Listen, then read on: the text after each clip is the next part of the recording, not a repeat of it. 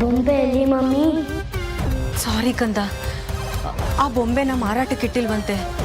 ನಾನು ಅವ್ರ ಹತ್ರ ಎಷ್ಟು ಕೇಳ್ಕೊಂಡ್ರು ಅವ್ರು ಕೊಡಲ್ಲ ಅಂತ ಹೇಳ್ಬಿಟ್ರು.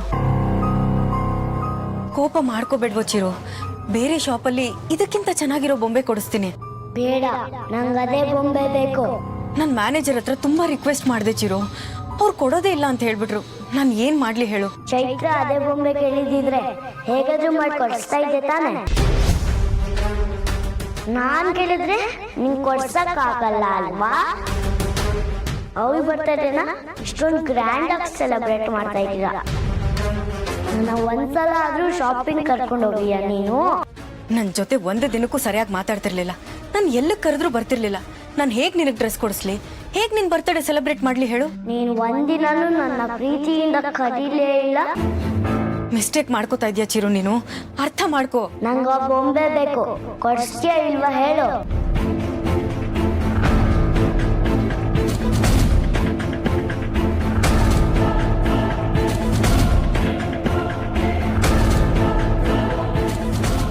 ಆಯ್ತು, ನಿನ್ಗೆ ಆ ಬೊಂಬೆ ಬೇಕು ತಾನೆ, ನಾನು ತಗೊಂಡ್ ಬರ್ತೀನಿ.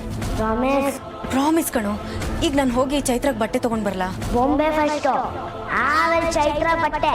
ಪ್ಲೀಸ್ ಚಿರು, ಪ್ರಾಮಿಸ್ ಮಾಡಿದ್ದೀನಲ್ವಾ, ಮಾತಕ್ಕೆ ತಪ್ಪಲ್ಲ ಕಣೋ. ಸರಿ, ಆದ್ರೆ ಆ ಬೊಂಬೆ ಇಲ್ದೆ ಕಾರ್ ಹತ್ತೋಂಗಿಲ್ಲ. ಸರಿ.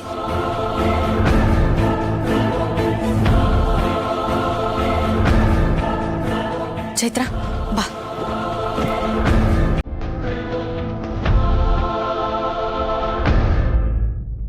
ಕಾಲ್ ರೀಚ್ ಆಯ್ತಾ? ಇಲ್ಲ ಅಕ್ಕ, ನಾಟ್ ರೀಚಬಲ್ ಬರ್ತಿದೆ. ವಾಣಿ, ಆರ್ತಿ ಚೈತ್ರಕ್ಕೆ ಕರ್ಕೊಂಬಂದ್ಲೇನಮ್ಮ? ಇನ್ನೂ ಇಲ್ಲ ಚಿಕ್ಕಪ್ಪ, ಅವಳ ಜೊತೆಲೆ ಮಾತಾಡಬೇಕು ಅಂತ ಆಗಿಂದ ಕಾಲ್ ಟ್ರೈ ಮಾಡ್ತಾ ಇದೀವಿ. ನಾಟ್ ರೀಚಬಲೇ ಬರ್ತಿದೆ. ಛೇ, ಯಾಕೆ ಹೀಗೆ ಮಾಡ್ತಾಳೆ ಇವಳು? ಮನೆಗೆ ಒಂದು ಫೋನ್ ಮಾಡಿ ತಿಳಿಸ್ಬೇಕು ಅನ್ನೋದು ಇವಳಿಗೆ ಅರ್ಥ ಆಗೋದಿಲ್ವಾ? ಅವಳೊಬ್ಬಳನ್ನೇ ಡ್ರೈವ್ ಮಾಡ್ಕೊಂಡು ಹೋಗೋದಕ್ಕೆ ನೀವು ಬಿಡಬಾರ್ದು. ಅಪ್ಪ, ಇವ್ರ ಜೊತೆಗೆ ಕೇಕ್ ತರಕ್ಕೆ ಅಂತ ಹೋದ ಡ್ರೈವರ್ ವಾಪಸ್ ಬಂದಾಗ್ಲೇ ಅಪ್ಪ ಗೊತ್ತಾಗಿದ್ದು. ಅದಕ್ಕೆ ಒಬ್ರೆ ಡ್ರೈವ್ ಮಾಡ್ಕೊಂಡು ಹೋಗಿದ್ದಾರೆ ಅಂತ. ಅಣ್ಣ, ಅದಕ್ಕೆ ಶಾಪಿಂಗ್ ಅಂತ ಹೋದವ್ರು ಇನ್ನೂ ಬಂದಿಲ್ಲ ಅಣ್ಣ. ಯಾಕೆ, ಏನಾಯ್ತು? ಗೊತ್ತಿಲ್ಲ ಅಣ್ಣ. ಡ್ರೈವರ್ಗೆ ಫೋನ್ ಮಾಡಿ ಅವಳು ಎಲ್ಲಿದ್ದಾಳೆ ಅಂತ ವಿಚಾರಿಸ್ಬೇಕಾಗುತ್ತೆ. ನಮಗೆಲ್ಲ ಅದೇ ವಿಷಯಕ್ಕೆ ಕಣೋ ಟೆನ್ಷನ್ ಆಗಿರೋದು. ಆರ್ತಿ ಡ್ರೈವರ್ನ ಕರ್ಕೊಂಡು ಹೋಗಿಲ್ಲ, ಮತ್ತೆ ಅವಳು ಒಬ್ಬಳೇ ಡ್ರೈವ್ ಮಾಡ್ಕೊಂಡು ಹೋಗಿದ್ದಾಳೆ.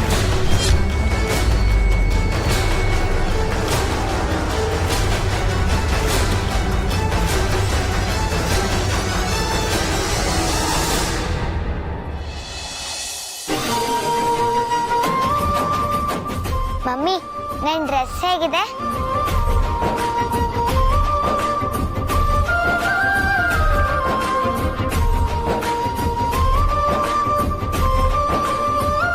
ತುಂಬಾ ಚೆನ್ನಾಗಿದೆ ಕಂದ, ನಿನ್ಗಿಷ್ಟ ಆಯ್ತಾ? ನಿಮ್ಗಿಷ್ಟ ಆದ್ರೆ ನನ್ಗೂ ಇಷ್ಟ ಆದಂಗೆ. ಡ್ರೆಸ್ ಹಾಕೋದ್ ನಾನಾ ನೀನಾ? ನಿನ್ಗಿಷ್ಟ ಆದ್ರೆ ಆಯ್ತು. ನನ್ಗಿಷ್ಟ ಆಯ್ತು, ಇದೇ ಸಾಕು. ಬೇಜಾರ್ ಮಾಡ್ಕೋಬೇಡ ಕಂದ. ಮನೆಗೆ ಲೇಟಾಗಿ ಹೋದ್ರೆ ಮನೇಲಿ ಎಲ್ಲರೂ ಟೆನ್ಷನ್ ಆಗ್ತಾರೆ. ನಿಂಗೆ ಇದಿಷ್ಟ ಆಗಿಲ್ಲ ಅಂದ್ರೆ ಹೇಳು, ಬೇರೆದ್ ನೋಡೋಣ. ಆದ್ರೆ ತಡ ಮಾಡೋದ್ ಬೇಡ. ಇದು ಚೆನ್ನಾಗಿದ್ಯಾ? ನಿಜ ಹೇಳು.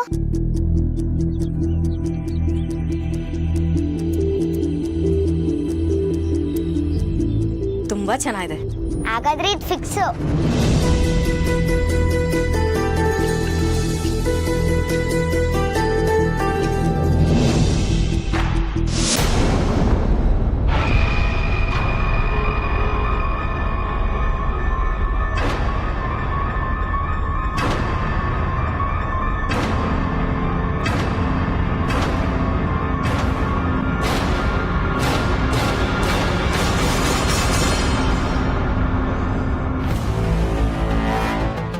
ಅದನ್ನ ಕದಿಯೋ ಆಲೋಚನೆ ಮಾಡಿ ನಾನೇನಾದ್ರೂ ತಪ್ಪು ಮಾಡ್ತಾ ಇದ್ದೀನಾ?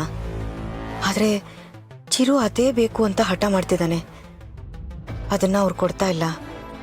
ನನಗೆ ಬೇರೆ ದಾರಿನೇ ಇಲ್ಲ. ದೇವ್ರೆ, ನಾನು ಮಾಡ್ತಾ ಇರೋದು ತಪ್ಪು. ಆದ್ರೂ ನನ್ನ ಮಗನ ಖುಷಿಗೋಸ್ಕರ ಈ ಕೆಲಸ ಮಾಡ್ತಾ ಇದ್ದೀನಿ. ಅವನು ಸಂತೋಷವಾಗಿದ್ರೆ ನಂಗಷ್ಟೇ ಸಾಕು. ಮಮ್ಮಿ, ಯಾಕೆ ಹೀಗೆ ನಿಂತಿದ್ದೀರಾ?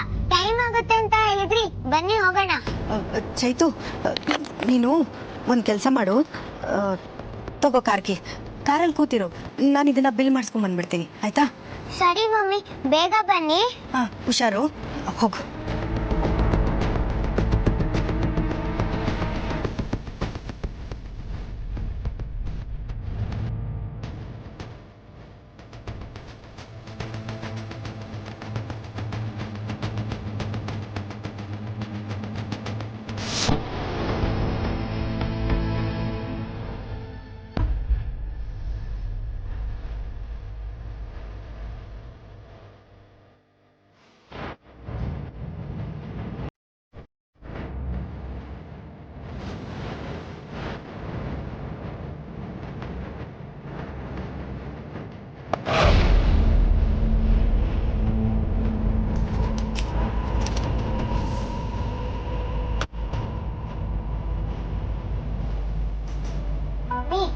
ಏನಾಯ್ತು?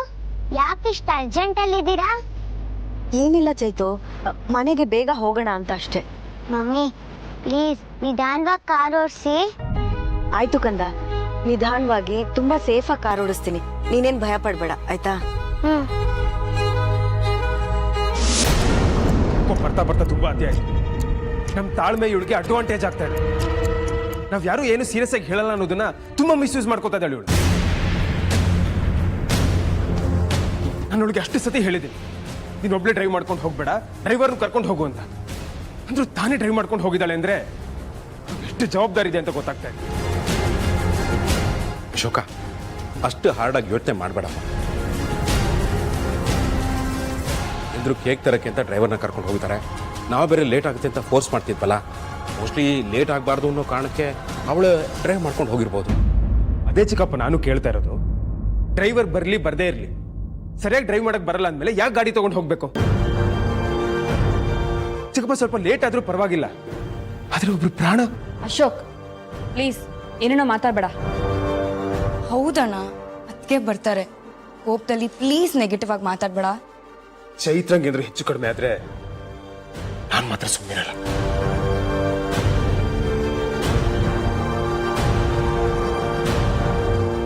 ನೀನು ಫೋನ್ ಟ್ರೈ ಮಾಡ್ತಾ ಇರೋ ಅಪ್ಪ. ಭವಾನಿ, ಅಪ್ಪ ಏನಾದರೂ ಫೋನ್ ಮಾಡಿದ್ರಾ? ಇಲ್ಲ ಚಿಕ್ಕಪ್ಪ. ನೋಡು, ನಾನು ಟ್ರೈ ಮಾಡ್ತಾ ಇದ್ದೀನಿ. ನಾಟ್ ರೀಚಬಲ್ ಅಂತಲೇ ಬರ್ತಿದೆ. ಅವ್ರು ಯಾವಾಗ ಬರ್ತಾರೆ ಅಂತಲೂ ಕನ್ಫರ್ಮ್ ಆಗ್ತಿಲ್ಲ. ಛೇ,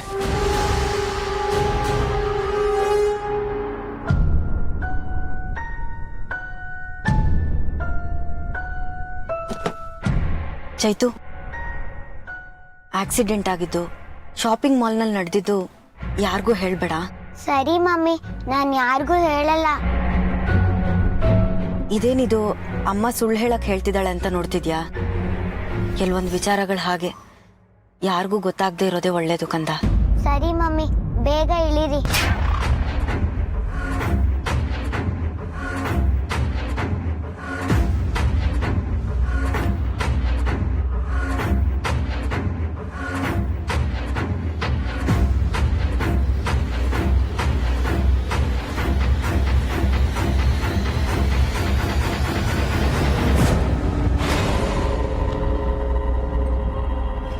ಈ ಗೊಂಬೆ ಯಾರ ಕಣ್ಗೂ ಬೀಳಬಾರ್ದು. ಈಗ ಮನೇಲಿ ಎಲ್ಲರೂ ನಮಗೋಸ್ಕರನೇ ವೆಯ್ಟ್ ಮಾಡ್ತಾ ಇರ್ತಾರೆ. ಎಲ್ಲರ ಮುಂದೆ ಇದನ್ನು ತಗೊಂಡು ಹೋದ್ರೆ ಯಾರಿಗೆ ಏನು ಅಂತೆಲ್ಲ ಪ್ರಶ್ನೆ ಮಾಡ್ತಾರೆ. ಇದನ್ನ ಆಮೇಲೆ ಬಂದು ಯಾರಿಗೂ ಕಾಣ್ದಿರೋ ಹಾಗೆ ತಗೊಂಡು ಹೋಗೋದೇ ಒಳ್ಳೇದು.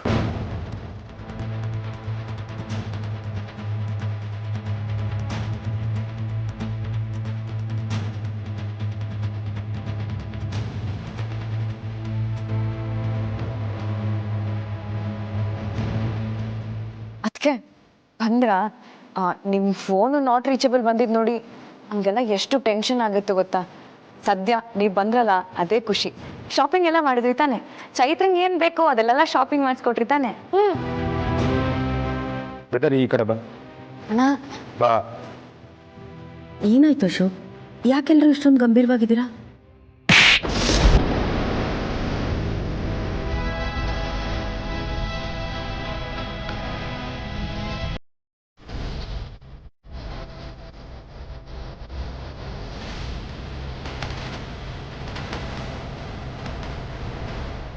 ಅಶೋಕ್, ಚಿಕ್ಕಪ್ಪ ನೀವು ಯಾರು ಮಾತಾಡ್ಬೇಡಿ ಪ್ಲೀಸ್.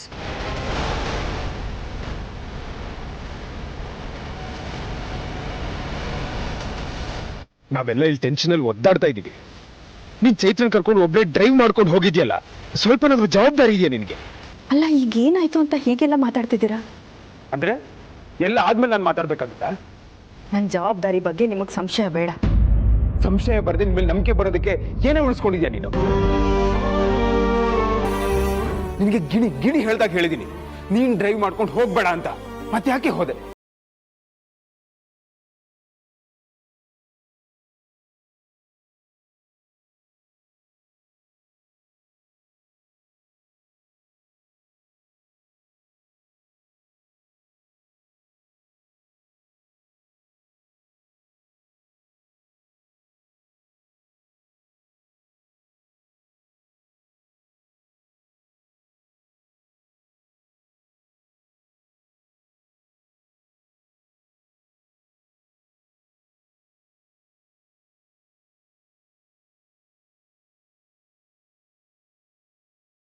ಹೇಳಬೇಕು.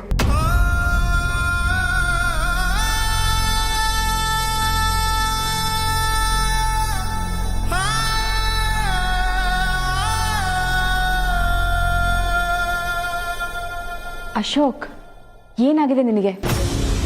ನೀನು ಆರ್ತಿ ಜೊತೆ ಆ ರೀತಿ ಮಾತಾಡಬಾರ್ದಾಗಿತ್ತು. ಅದರಿಂದ ಅವಳಿಗೆ ಎಷ್ಟು ಹರ್ಟ್ ಆಗಿದೆ ಗೊತ್ತಾ? ಇರೋಳು ಒಬ್ಳು ಮಗಳು ಕಣೆ ಅಕ್ಕ. ಅವಳಿಗೇನಾದ್ರೂ ಆಗ್ಬಿಟ್ರೆ ಅನ್ನೋ ದುಃಖದಲ್ಲಿ ಅಣ್ಣ ಬಾಯಿ ತಪ್ಪು ಹೇಳ್ಬಿಟ್ಟ ಅನ್ಸುತ್ತೆ. ಅವನು ಹೇಳಿದ ತಪ್ಪು ಅಂತ ಅವನಿಗೆ ಅರ್ಥ ಆಗಿದೆ. ಸಾರಿ.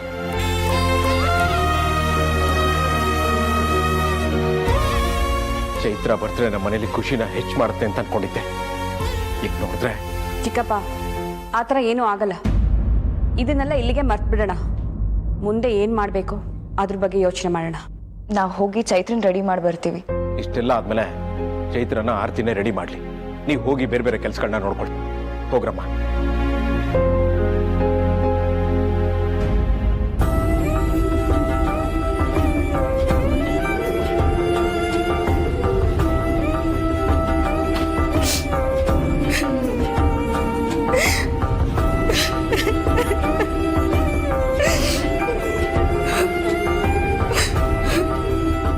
ಮಮ್ಮಿ ಅಳ್ಬೇಡಿ. ಚೈತು, ನೀನು ನಿನ್ನ ರೂಮ್ಗೆ ಹೋಗು. ಮಮ್ಮಿ ನೀವು ಅಳೋದು ನಿಲ್ಲಿಸಿ, ನಾನು ಹೋಗ್ತೀನಿ. ಚೈತು ಪ್ಲೀಸ್. ಸರಿ, ನಾನು ಹೋಗ್ತೀನಿ.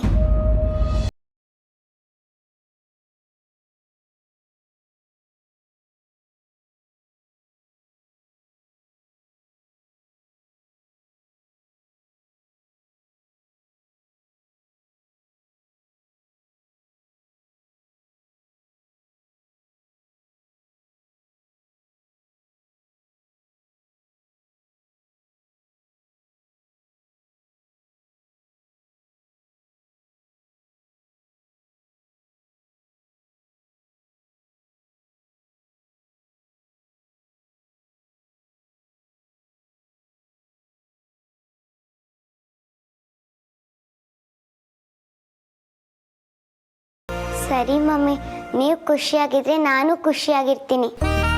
ಸರಿ, ನಿನ್ನ ರೂಮ್ಗೆ ಹೋಗು. ನಾನು ಆಮೇಲೆ ಬಂದು ನಿನ್ನನ್ನು ರೆಡಿ ಮಾಡ್ತೀನಿ. Okay mummy.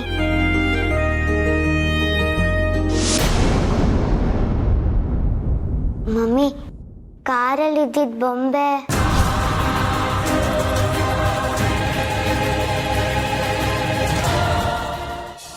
ಆ ಗೊಂಬೆ ಯಾರಿಗೆ ಮಮ್ಮಿ? ಅದು ಆ ಬೊಂಬೆ ನನ್ನ ಬರ್ತಡೆಗೆ ನಂಗೆ ಸರ್ಪ್ರೈಸ್ ಕೊಡಬೇಕು ಅಂತ ತಂದಿದ್ದ. ನನಗೆ ಗೊತ್ತು. ಹಾಂ, ಹೌದು ಹೌದು. Thank you mummy. ಗೊಂಬೆ ತುಂಬ ಚೆನ್ನಾಗಿದೆ, ಚಿರು ಥರ.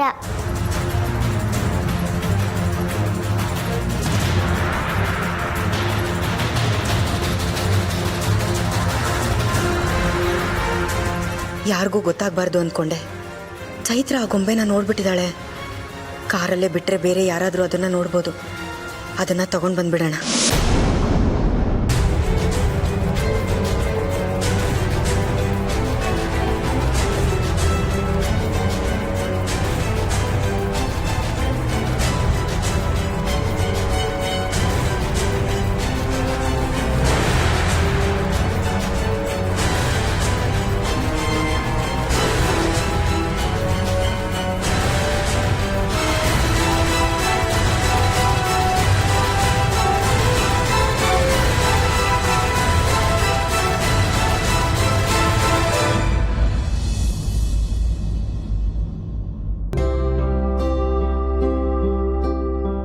ನೋಡ್ತೀಯ ಚಿರು, ನೀನೊಬ್ಬ ನನ್ನ ಜೊತೆ ಇಲ್ಲ ಅಂದಿದ್ದಕ್ಕೆ ನಾನು ಏನಿಲ್ಲ ಅನ್ನಿಸ್ಕೋಬೇಕು ಅಂತ ನಾನು ನಿನ್ನನ್ನು ಕೊಂದಂತೆ. ಮಕ್ಕಳ ಸಾವನ್ನ ಬಯಸೋಷ್ಟು ಕೆಟ್ಟ ತಾಯಿನ ನಾನು.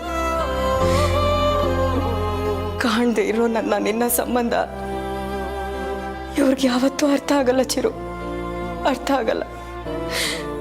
ನೀನೊಬ್ಬ ನನ್ನ ಜೊತೆಗಿದ್ದಿದ್ರೆ ಇವರೆಲ್ಲ ಯಾವತ್ತೂ ನನ್ನ ಬಗ್ಗೆ ಒಂದು ಮಾತು ಕೂಡ ಆಡ್ತಿರ್ಲಿಲ್ಲ. ನಿನ್ಗಿಷ್ಟ ಅಂತ ಈ ಬೊಂಬೆ ತಗೊಂಡು ಬಂದೆ. I hope you will be happy.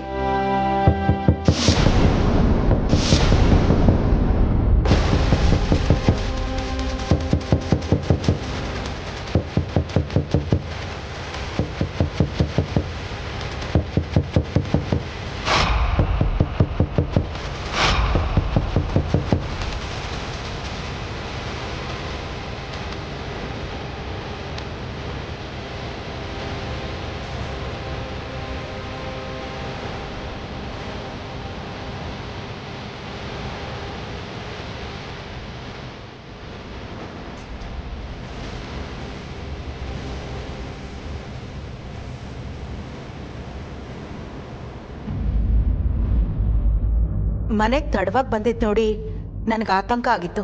ಮತ್ತೇನು ಮಾಡೋದು ಮಾತಂಗಿ? ಗೊತ್ತಿದ್ದೋ ಗೊತ್ತಿಲ್ದೇನೋ ಕೆಲವರಿಂದ ತೊಂದರೆ ಆಗ್ತಾನೆ ಇರುತ್ತೆ. ದಯವಿಟ್ಟು ಇಂಥ ಮಾತುಗಳನ್ನ ಆಡಬೇಡಿ ಅಮ್ಮೋರೆ. ಮತ್ತೆ ಏನು ಮಾತಾಡ್ಲಿ ನಾನು? ಇಂಥ ಸಮಯದಲ್ಲಿ ಏನು ಮಾತಾಡದೆ ಮೌನವಾಗಿ ಇದ್ಬಿಡ್ಬೇಕು ಅನ್ಸತ್ತೆ. ಆದರೆ ನನ್ನ ಮೌನ ನಿಮಗೆ ಅಪಾರ್ಥವಾಗಿ ಕಾಣುತ್ತೆ. ಅದಕ್ಕೆ ಒಂದೆರಡು ಮಾತು ಮಾತ್ರ ಆಡ್ತೀನಿ. ಎಲ್ಲವೂ ನಿಮಗೋಸ್ಕರ ತಾನೆ. ನನಗೋಸ್ಕರ ಏನು ಮಾಡದೆ ಇರೋದೇ ಒಳ್ಳೇದು. ನಾಳೆ ನೀವು ಅನುಭವಿಸೋದನ್ನ ನೋಡಕ್ಕಾಗೋದಿಲ್ಲ ನನಗೆ. ಗಂಡನೇ ನನ್ನ ಬಗ್ಗೆ ಯೋಚನೆ ಮಾಡಲ್ಲ. ಹೆಜ್ಜೆ ಹೆಜ್ಜೆಗೂ ನನ್ನನ್ನು ಚುಚ್ಚಿ ಚುಚ್ಚಿ ಮಾತಾಡ್ತಾರೆ. ಇನ್ಯಾರ ಆಶ್ರಯ ಬಯಸ್ಲಿ ನಾನು? ಅದಾಗಬಾರ್ದು ಅಂತ ತಾನೆ ಈ ಪ್ರಯತ್ನಗಳೆಲ್ಲ. ಯಾರು ಏನೇ ಮಾಡಿದ್ರು ನನ್ನ ಅವನನ್ನ ದೂರ ಮಾಡೋದು ನಿಮ್ಗಳಿಗೆ ಕಷ್ಟದ ವಿಚಾರ.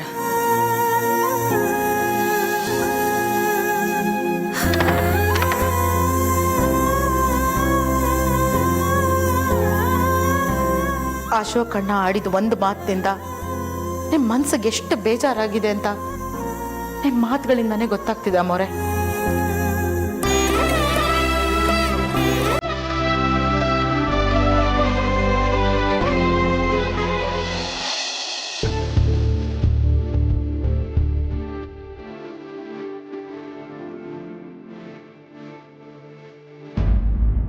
ಅಶೋಕ್ ಜೊತೆ ಬಿಸ್ನೆಸ್ ಮಾಡೋದಕ್ಕೆ ಜನ ಹಿಂದೆ ಬಿದ್ದಿದ್ದಾರೆ.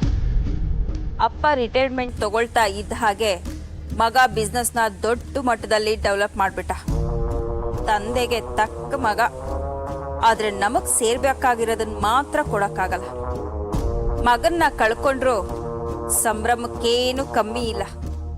ಇಷ್ಟೊತ್ತಿಗೆ ನನ್ನ ಚಿರು ಬರ್ಬೇಕಿತ್ತು, ಇನ್ನು ಯಾಕೆ ಬಂದಿಲ್ಲ?